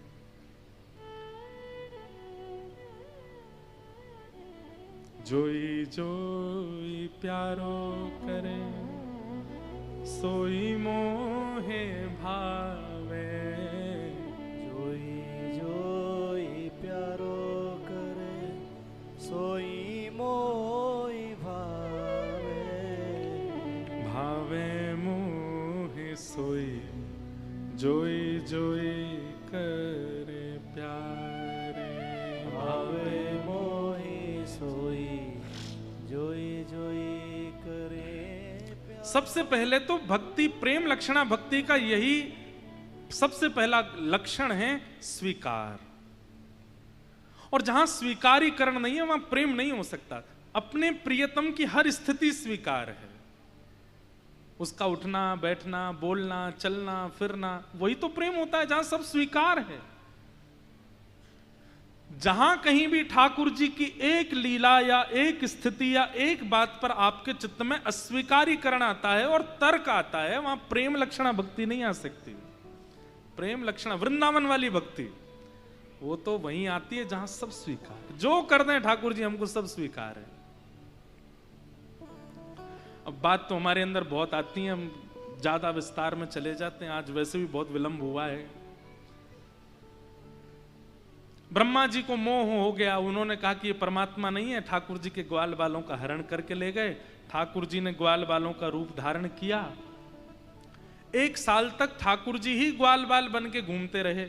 1 साल बाद ब्रह्मा जी को लगा कि ग्वाल बालों के बिना श्री कृष्ण रो रहे होंगे, मैं देखूं। जैसे ही आकर के देखा तो जितने ग्वाल बाल ब्रह्मलोक में सब पृथ्वी पर भी थे। मन में विचार करने लगे ये तो अपराध हो गया, ठाकुर जी से क्षमा प्रार्थना करूं, ग्वाल बालों के सहित क्षमा मांगूंगा तो ही क्षमा प्रार्थी हो सकता हूं। ग्वाल बालों को लेने ब्रह्मलोक गए तो ब्रह्मलोक में जैसे ही ब्रह्मा जी जाने लगे, द्वारपाल बोले कहां जा रहे हो? बोले अरे हम ब्रह्मलोक के ब्रह्मा हैं, भीतर जा रहे हैं। बोले ब्रह्मा जी तो भीतर पहले से ही बैठे हैं, तुम कौन हो? ब्रह्मा जी बोले मेरा रिप्लेसमेंट हो गया इतनी देर में। बोले तुम बहलू पिया हो, असली ब्रह्मा तो भीतर बैठे हैं। भीतर जाकर के देखा तो ब्रह्मा की पदवी पर साक्षात नारायण बैठे थे और ब्रह्मा जी का रूप धारण करके बैठे थे। ब्रह्मा जी ने खूब स्तुति गाई, बोले नाथ मुझसे अपराध हो गया। ठाकुर जी बोले ज्ञान के मार्ग में अपराध होता है, वैराग्य के मार्ग में अपराध होता है, विरक्ति के मार्ग में अपराध होता है, प्रेम के मार्ग में अपराध नहीं होता। प्रेम के मार्ग में अपराध नहीं होता। या तो प्रेम होता है या कुछ भी नहीं होता। तुम प्रेमी नहीं हो ब्रह्मा, इसलिए तुमको संशय लग रहा था मेरी लीला में, ये ब्रजवासी बहुत प्रेमी है। ब्रह्मा जी ने बहुत सुंदर स्तुति गाई और उस स्तुति से खूब रिझाने का प्रयास किया, पर ठाकुर जी नहीं माने, ब्रह्मा जी से नहीं रीझे। इस प्रकार ठाकुर जी की लीला चल रही थी। ठाकुर जी धीरे धीरे बड़े भये। एक दिन रोन लगे। मैया बोली काई को रोवे लाला? मैया अब मैं बड़ो है गो, अब मैं गैया चराऊंगो। मैया से बहुत जिद करने लगे गैया चराने की। तो नंद बाबा ने कही लाला तू एक काम कर, गैया मत चरा, तू बछड़ा बछिया चरावे जा। और गोपाष्टमी के दिन ठाकुर जी पहली बार बछड़ा बछिया चरावे गए वन में। बहुत सुंदर लीला है। हमारे ब्रज में रसिया गाते हैं, मैया खोल दे केवड़िया लाला आयो गाय चराए। ठाकुर जी गैया चराने गए। तम गो रजत छुरित कुंतल बद्ध वरह वन्य प्रसून रुचिरे क्षण चारु आसम। बहुत सुंदर वर्णन ठाकुर जी की रूप माधुरी का किया है। गौरज उड़ उड़ करके ठाकुर जी के मुखमंडल। आपको एक बात बोले, वृंदावन में मंगला से लेकर के शयन तक के दर्शनों में सबसे सुंदर और सबसे महत्वपूर्ण दर्शन कौन सा है? जो संध्या में मंदिर बंद हो जाते हैं उसके बाद जो खुलकर के प्रथम दर्शन होता है, वो दर्शन सबसे महत्वपूर्ण है। जैसे दोपहर में 12 बजे 1 बजे मंदिर बंद हो गए और ठाकुर जी के फिर दर्शन 4:30-5 बजे खुलते हैं, वो दर्शन जो है वो सबसे महत्व, वो गौधूली बेला का दर्शन है ठाकुर जी का। उस समय हमारे वृंदावन में भावना है कि लाला गैया चरा के आए हैं अभी अभी, और उस समय का दर्शन करने का इतना बड़ा महत्व है। कहते हैं कि जितने भी पाप हैं, ताप हैं, संताप हैं, जीवन में जितने भी आर्त हैं, उस समय के दर्शन सब मुक्त हो जाते हैं। क्यों? क्योंकि गौरज में लिपटे हुए ठाकुर जी हैं। और गौरज, एक तो गौरज पवित्र, ऊपर से ठाकुर जी के अंग से स्पर्श हो गई, और उस समय जितने लोग दर्शन करते हैं ठाकुर जी अपनी गौरज उतार उतार के सब पर डालते हैं, तो वो गौरज माथे से पड़ती है तो सारे आर्त पवित्र हो जाते हैं। इसलिए सबसे विशिष्ट दर्शन होता है संध्या का। मंदिर खुलते ही सबसे पहला दर्शन हो वो करने का प्रयास करो। सबसे सुंदर दर्शन होता है ठाकुर जी का। गौधूली बेला में भगवान गैया चराने लगे। ठाकुर जी के मन में आया कालिया नाग आ गया है, इसका वध करना है। लेकिन दाऊ दादा संग में हैं, तो दाऊ दादा को तो भेज दिया धेनुकासुर के वध के लिए, और ठाकुर जी ने पूरी योजना बना करके कालिया नाग को वहां यमुना जी से निवृत्त किया। ब्रज की गोपियां सब ठाकुर जी से प्रेम मानती हैं। ठाकुर जी गैया चराने जाते हैं और वेणु गीत के माध्यम से सब गोपियां ठाकुर जी का दर्शन करती हैं। आज ठाकुर जी जैसे ही लौट करके आए तो महाराज 56 भोग बन रहे थे। ठाकुर जी ने जाके मैया से पूछी, मैया ये 56 भोग कौन के काजे बन रहे हैं? मैया ने की बाबा ते जाके पूछ। ठाकुर जी नंद बाबा के पास गए और जाकर के पूछने लगे, बाबा ये 56 भोग की रचना कौन के काजे है रही है? ये इतने 56 भोग सामग्री कौन के काजे बनाई जा रही है? ठाकुर जी बोले, लाला हम किसानन के देवता हैं इंद्र, और इंद्र की पूजा साल में एक बार हम करें 56 भोग लगा के, या हमारे ये 56 भोग बन रहे हैं इंद्र की पूजा के लिए। ठाकुर जी ने नंद बाबा से कही, बाबा अगर हम इंद्र की पूजा केवल इसलिए करते हैं क्योंकि हमारी खेती बाड़ी बनी रहे, अतिवृष्टि अनावृष्टि ओलावृष्टि नहीं हो, तो खेती तो सूर्य नारायण की कृपा से भी हो रही है। अगर सूर्य प्रकाशित नहीं करेंगे तो फिर खेती कैसे होगी? वरुण देव यदि रुष्ट हो जाएं तो खेती कैसे होगी? पवन देव नाराज हो जाएं तो खेती कैसे होगी? एक देव के प्रसन्न होने से खेती नहीं हो रही है, सब देवताओं की प्रसन्नता से ही जीवन चलता है पिताजी। लेकिन देवता इतने सारे हैं कि सबको आप वंदन कर नहीं सकते। इसलिए पिताजी जड़ में पानी डालो, वृक्ष अपने आप हरा भरा हो जाता है। इन समस्त 33 कोटि देवतान की एक मूल आधार हमारे ब्रजमंडल में विराजमान श्रीमन नारायण के ही स्वरूप श्री गिरिराज जी गोवर्धन। मेरी मानो तो आप सब ब्रजवासी मिलकर के गोवर्धन की पूजा करो। ब्रजवासियों में कई भाव उत्पन्न हुए, कईयों ने मना किया, लेकिन ठाकुर जी ने सबको समझाया। बोले तुमने कभी इंद्र के दर्शन किए? बोले नहीं किए। बोले मैं वचन दे रहा हूं गिरिराज बाबा के प्रत्यक्ष दर्शन होंगे। आहा, ये बात जैसे ब्रजवासी ने सुनी, सब ब्रजवासी बोले ठीक है लाला, देख लियो दर्शन होने चाहिए। बोले बिल्कुल होंगे, चलो। और सब ब्रजवासी को लेकर के ठाकुर जी गोवर्धन गए। आहा, गिरिराज धरण प्रभु तुम्हारी शरण, गिरिराज धरण प्रभु तुम्हारी शरण, गिरिराज धरण प्रभु तुम्हारी शरण, गिरिराज धरण प्रभु तुम्हारी शरण, तुम्हारी शरण गिरिधर तुम्हारी शरण, तुम्हारी शरण गिरिधर तुम्हारी शरण, तुम्हारी शरण गिरिधर तुम्हारी शरण, तुम्हारी शरण गिरिधर तुम्हारी शरण,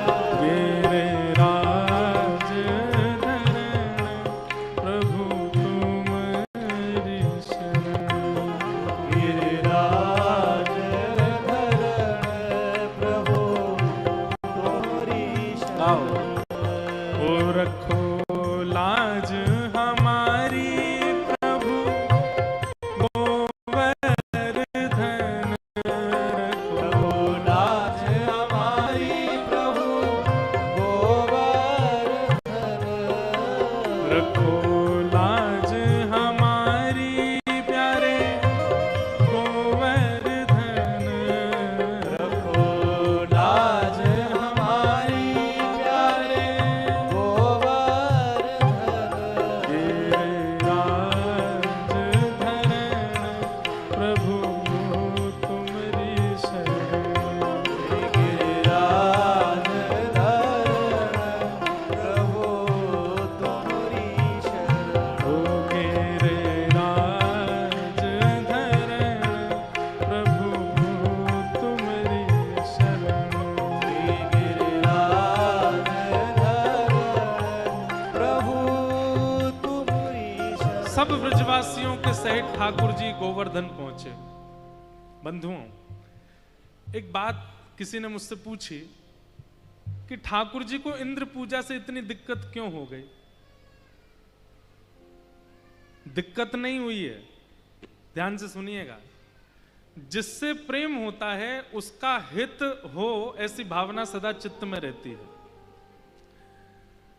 ब्रजवासी उस देव को पूजन कर रहे हैं जो देव भाग्य नहीं बदल सकता, जिसमें भाग्य बदलने की सामर्थ्य नहीं है। और ब्रजवासियों की पूजा करने से वो देवता अपनी पदवी का और ज्यादा अहंकार उसके चित्त में आता जा रहा है। और जिसके अंदर अहंकार आवे, जिसमें भाग्य बदलने की सामर्थ्य ना हो, ऐसे देव को वंदन करने की आज्ञा नहीं है। बंधुओं, देव सब हैं, प्रणम्य हैं सब, पर सबकी पूजा नहीं होती है। इसलिए हमारे शास्त्रों में पंचदेव पूजन की आज्ञा की गई। और उनमें श्री नारायण ही गिरिराज जी हैं, गोवर्धन हैं, उनकी पूजा की आज्ञा की गई है। ये ब्रजवासी जाते हैं, इंद्र की पूजा करते हैं। इंद्र कोई भाग्य नहीं बदलता है, बल्कि और मानी हो जाता है इनके पूजा से। इसलिए ठाकुर जी चाहते हैं कि ऐसे का वंदन हो जिससे भाग्य में परिवर्तन आवे। हम सबके भाग्य निश्चित हैं, पर देव पूजा और इष्ट पूजा से भाग्य में परिवर्तन आता है। इसलिए ठाकुर जी चाहते हैं कि भाई ये लोग सब। अब एक और बात है, हमारे ब्रज को भाव ऐसा है कि ठाकुर जी को तो ये कभी प्रणाम करने वाले हैं नहीं। स्वयं भगवान इनके साथ खड़े हैं, लेकिन ये सब ठाकुर जी को प्रणाम नहीं करेंगे। लेकिन ठाकुर जी को प्रणाम करने की जो इतनी विधि बताई गई शास्त्रों में, वो लागू कैसे होगी। तब ठाकुर जी बोले एक मेरा प्रतिनिधि स्वरूप बनाना पड़ेगा ताकि ये उनको प्रणाम करें। मोह तो प्रणाम करेंगे नहीं। ठाकुर जी खूब कहते हैं मैं जय जय हूं, मोह प्रणाम करो। मधुमंगल सीतामा के दोबारा बोलियो लाला कौन है तू। बोले जय जय हूं मैं। चल बात मत बनावे, जय जय आयो कौन देव को स्वामी है तू, हम तो ये वंदन ना करेंगे, तू तो हमारो लाला है। इसलिए ठाकुर जी विचार कर रहे हैं कि इन ब्रजवासियों को एक बार प्रणाम करवाना है, और वो मुझे नहीं करेंगे, इसलिए क्या करें, तो एक प्रतिनिधि स्वरूप में श्री गिरिराज वहां लेकर के गए। सब ब्रजवासी बोले लाला तेने तो कही कि गिरिराज बाबा दर्शन देगो, अभी तक तो आयो नहीं। ठाकुर जी बोले परिक्रमा तो लगाओ। परिक्रमा लगाई, मानसी गंगा स्नान कियो, पंचामृत अभिषेक कियो, 56 भोग पधराए, इत्र लगा करके श्रृंगार करके गिरिराज शिला को जैसे ही नेत्र बंद करके सब ब्रजवासी बैठे, इतने में ही नेत्र खोल करके देखा तो 4 भुजा वाले श्री गोवर्धन नाथ प्रकट है गए हैं। बोलो गोवर्धन नाथ की। आहा, एक बहुत सुंदर पद है, यह लीला सब करत कन्हाई, यह लीला सब गाओ, सब करत कन्हाई। ताली मत बजाओ, ऐसे ही गाओ। ये पद पता है कौन गा रहे हैं? ये किशोरी जी गा रही हैं, श्री राधा रानी गा रही हैं। राधा रानी ने जैसे ही देखे गिरिराज बाबा प्रकट हो गए तो दूर खड़ी खड़ी किशोरी जी कह रही हैं कैसी लीला है। एक रूप से तो वहां पे देवता बन के बैठे हैं और एक रूप से पुजारी बन के खड़े हैं नीचे। एक रूप सो गिरिधर पूजे, एक रूप सो गिरधर पूजे, एक रूप पुजवाई,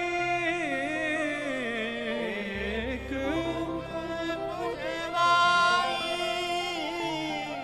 यह लीला सब करत कन्हाई, यह लीला सब करत कन्हाई। और किशोरी जी के नेत्रों में छोटे छोटे प्रेमाश्रु आ रहे हैं। क्यों? ठाकुर जी बोले, अरे गिरिराज बाबा प्रकट है गयो। सब ब्रजवासी दंडवत प्रणाम करने लगे। अरे लाला तेने सांची कही, देख सच में गिरिराज बाबा प्रकट है गो। तो ठाकुर जी बोले, इनकी पूजा करेंगे। मैया और नंद बाबा दोनों के हाथ पकड़ के ठाकुर जी ऊपर गिरिराज जी पर लेके गए। सोचो, अपने माता पिता से अपनी पूजा करवा रहे हैं। और ठाकुर जी कह रहे हैं, बाबा जी गिरिराज जी तो तुम नीचे लुढ़क मत जाइए, तुम एक तरफ खड़े हो जाओ, तुम लोग मोह स्पर्श कर दो, मैं इनकी पूजा कर दूंगा। ये देख करके तो किशोरी जी और आनंदित हो गई, अपनी पूजा खुद ही कर रहे हैं।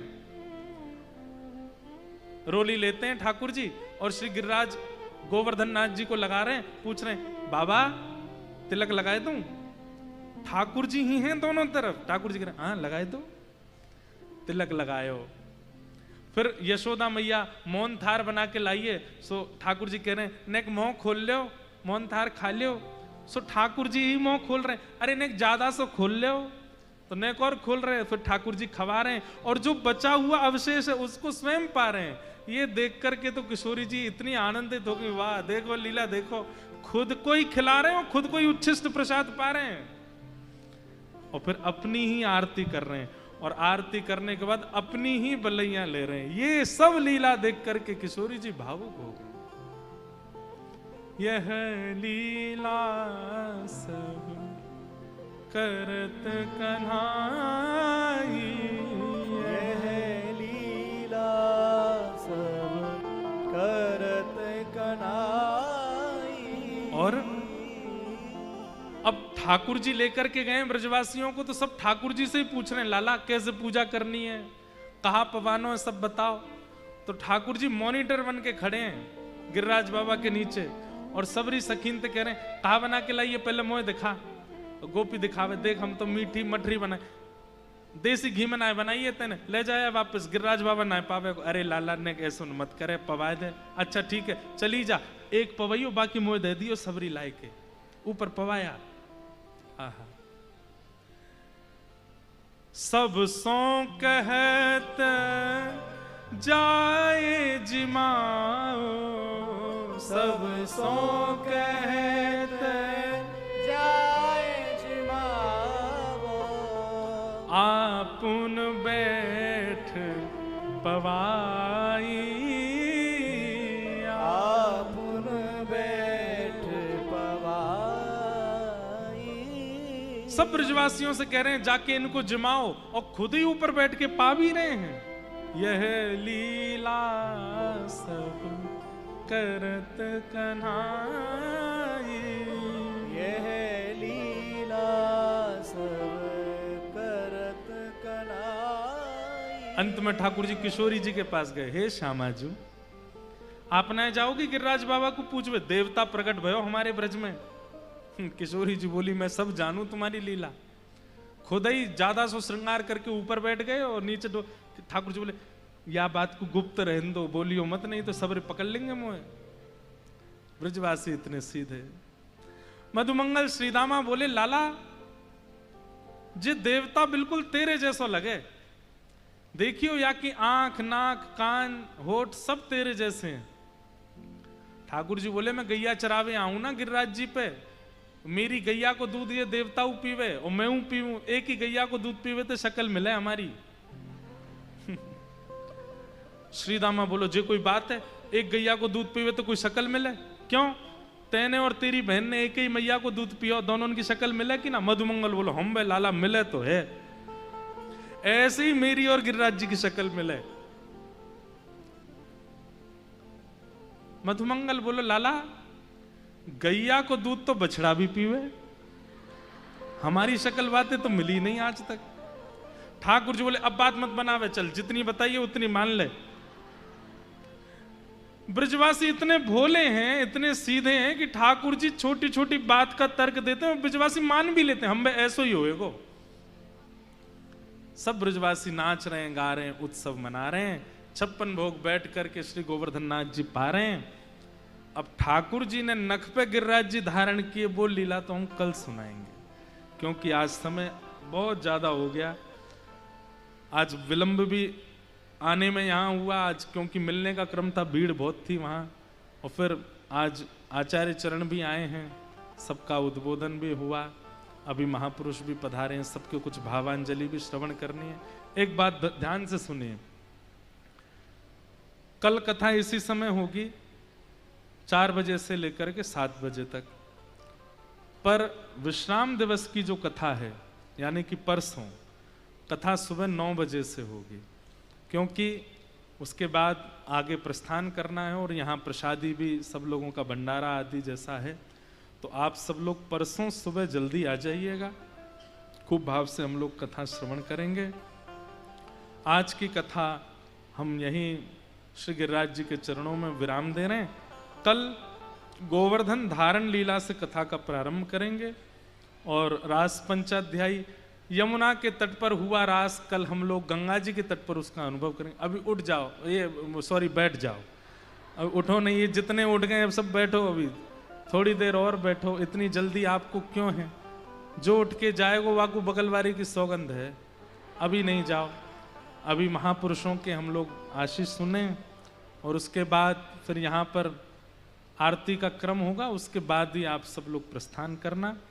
2 दिन की कथा और शेष है। और फिर एक जानकारी और ले लीजिए, यहां कथा करके तो हम प्रस्थान कर जाएंगे, फिर उत्तराखंड में 11 अक्टूबर से लेकर 17 अक्टूबर तक श्री बद्रीनाथ धाम में कथा है। अक्टूबर में कथा होगी, आप सब लोग वहां जरूर, नवयोगेश्वर संवाद पर ही हर बार कथा होती है वहां पर, इस बार भी नवयोगेश्वर संवाद है, सब लोग बड़े भाव से पधारिएगा।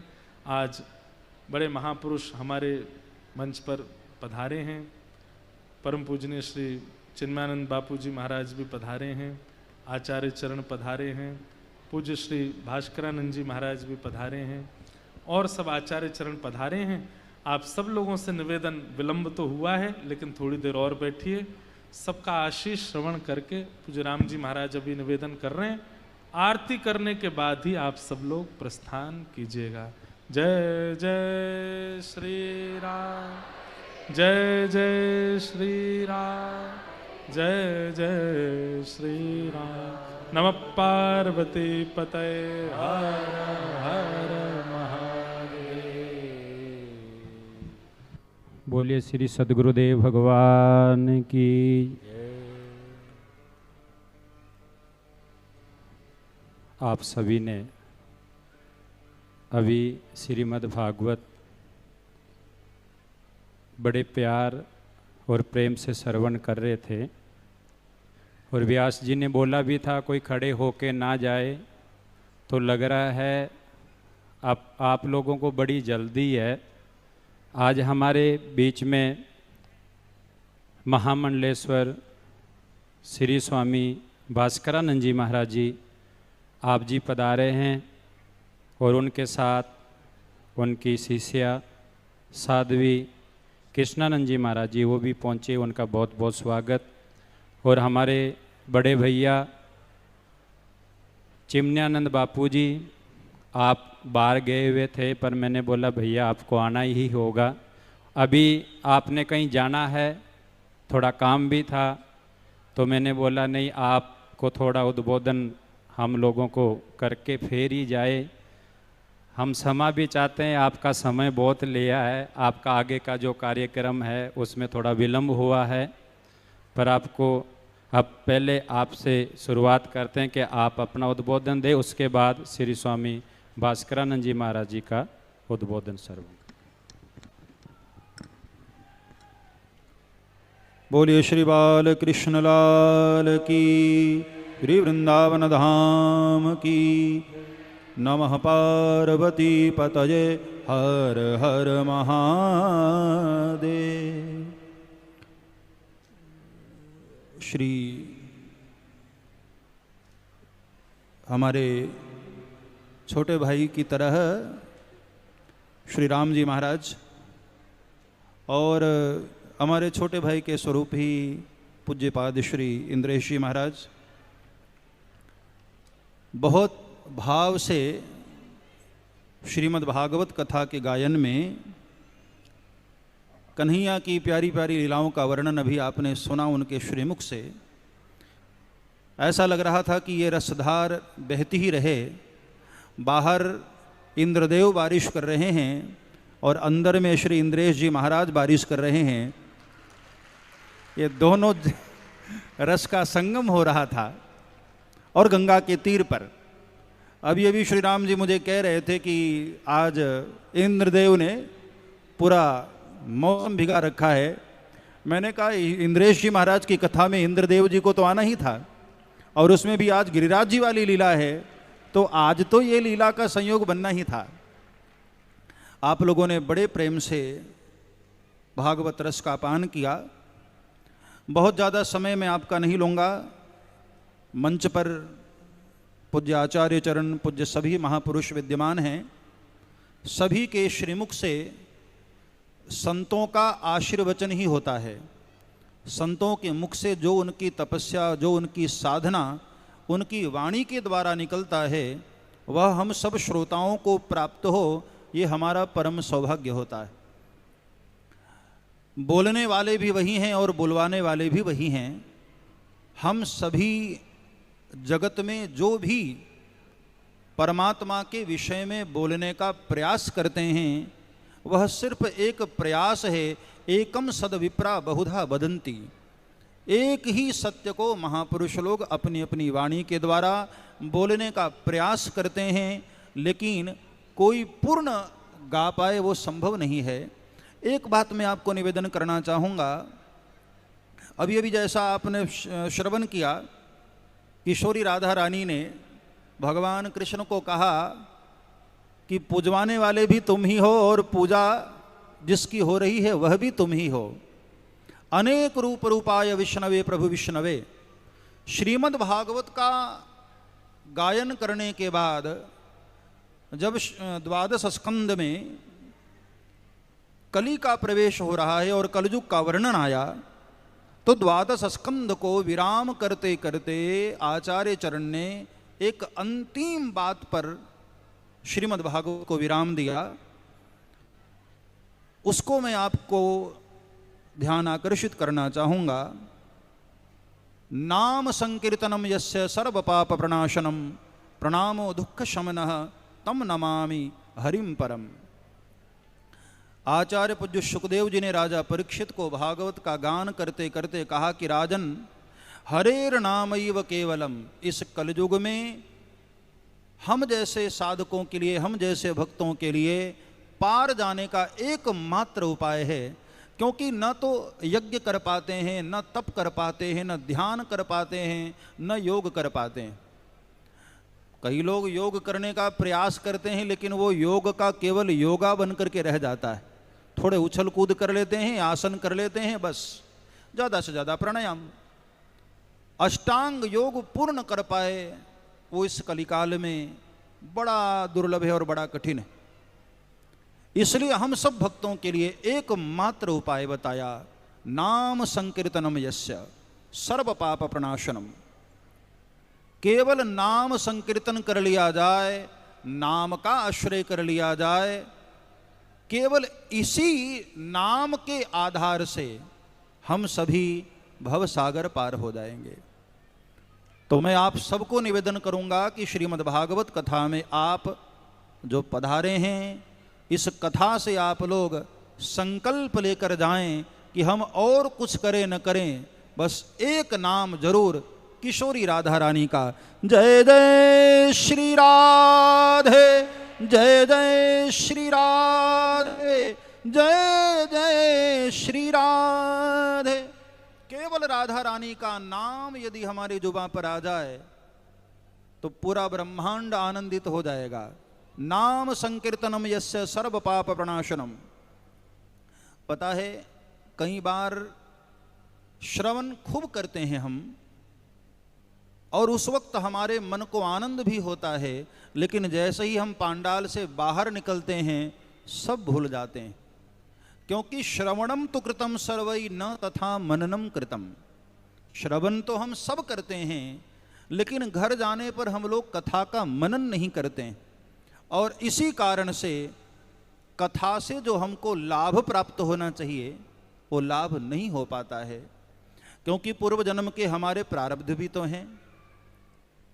वो हमारे मन को, हमारे अंतःकरण को इतना मलिन करके रखते हैं कि सत्संग में 2-3 घंटे हमारा वह मैल निकलता है, अंतःकरण पवित्र होता है, लेकिन बाहर जाते ही पुनः वह मन उसी तरह मलिन होने लग जाता है, क्योंकि पूर्व के प्रारब्ध और सांसारिक दोष। तो इन सब से मुक्त होने का एकमात्र उपाय है नाम संकीर्तनम यस्य सर्व पाप प्रणाशनम।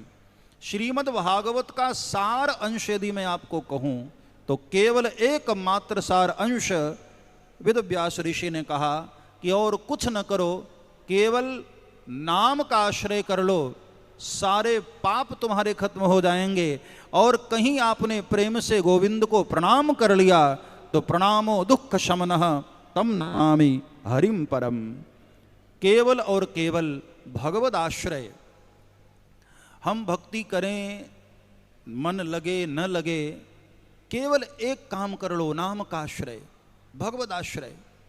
हमारे गोस्वामी तुलसीदास जी ने मानस में कहा कि यदि कोई साधक कुछ भी न कर पा रहा है तो इतना तो कर ही सकता है, शरणागत हो जाए, टोटल सरेंडर हो जाए।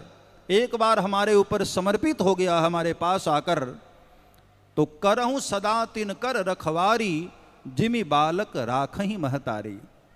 संसार का कोई भय, संसार का कोई दुख, संसार की कोई पीड़ा यदि हमें बहुत परेशान कर रही है और हम बार बार प्रयास करने पर भी उसको दूर करने में सफल नहीं हो पा, तो हमें एक ही काम करना है, भगवान की शरणागति कर लेनी है, भगवान की शरण में चले जाना है। जैसे छोटा बच्चा कोई बिल्ली को देखकर, कभी किसी कुत्ते को देखकर घबरा जाए, डर जाए, तो क्या करता है, दौड़कर अपनी मैया की गोद में चला जाता है। हम सभी सांसारिक जनों के लिए भी एक कलिकाल में यही रास्ता सीधा दिखाई देता है। जब हम कुछ कर नहीं पा रहे हैं तो केवल भगवान के चरणों में, राधा रानी के चरणों में अपने आप को समर्पित कर दें और उसके बाद की सारी जिम्मेदारी राधा रानी स्वयं ले लेती हैं। तेरे दर पर आना मेरा काम है, मेरी बिगड़ी बनाना तो अब तेरा काम है। तो श्रीमद् भागवत का केवल एक सार अंश, भगवान के नाम का आश्रय, उनकी ही शरणागति, यही हमारी पूरी कथा श्रवण करने का फल हमको प्राप्त करा देगा। और बहुत ज़्यादा आपको मैं न कहूँगा क्योंकि आपका समय भी काफ़ी विलंब हो गया है, दूर दूर से लोग आए भी हैं। हमारे छोटे भाई जो इंद्रेश जी हैं, आपके पूज्य श्री पिताजी ठाकुर जी महाराज, बचपन में हमने उनको बहुत सुना है। जिस तरह से अपनी मीठी वाणी से वो श्रीमद् भागवत का गायन करते हैं, ठीक वैसी ही वाणी, बल्कि मैं तो कहता हूँ कि पिता से भी पुत्र के वाणी में और ज़्यादा भाव आ जाता है, तो इंद्रेश जी की वाणी में और ज़्यादा रस और ज़्यादा मिठास। और एक बात तो नितांत सत्य है कि भगवान कृष्ण की बातें ब्रजवासी के मुख से जितनी मीठी लगती है उतनी मीठी और किसी के मुख से लगती नहीं, क्योंकि ब्रजवासी भगवान कृष्ण पर अपना अधिकार मानते हैं। लाला मेरो है, गोविंद मेरो है, गोपाल मेरो है, ये जो भाव है वो दुनिया के और किसी कोने में नहीं हो सकता है। इसलिए ब्रज की भाषा में ब्रजवासी के मुख से भगवान कृष्ण की बातें इतनी हमारे मन को आनंदित करती है, ऐसा लगता है कि ये रसधार बहता ही रहे, बहता ही रहे, बहता ही रहे। बहुत प्रेम से आप लोगों को भगवान कृष्ण की लीलाओं से परिचय कराया। उन लीलाओं का भी परिचय जो शायद आपने कहीं सुनी भी न होगी। और ये परिचय ब्रज में रहने का यही तो आनंद है कि ब्रज के छोटे छोटे बच्चे को भी भगवान कृष्ण की वो लीलाएं पता होती है जो कहीं पढ़ने पे भी प्राप्त नहीं होता है। तो ब्रजवास करने का ये आनंद है। और भगवान श्री कृष्ण स्वयं कहते हैं, ब्रजवासी वल्लभ सदा मेरे जीवन प्राण। तो ब्रजवासी का इस कलिकाल में दर्शन हो जाए तो समझो गोविंद का ही दर्शन हो गया, कन्हैया का ही दर्शन हो गया। हम सांसारिक जनों की आंखें कन्हैया को नहीं देख पा रही हैं, लेकिन कम से कम किसी ब्रजवासी का दर्शन हो जाए, उसमें भी वैष्णव का दर्शन हो जाए जो भगवान कृष्ण की लीलाओं में तन्मय हैं, संलग्न हैं, डूबे हुए हैं। ऐसे किसी वैष्णव ब्रजवासी का दर्शन तो समझना कि हमारी वाणी, हमारी सारी इंद्रियां उनके दर्शन मात्र से पवित्र हो जाती हैं। तो व्यासपीठ पर बैठे हुए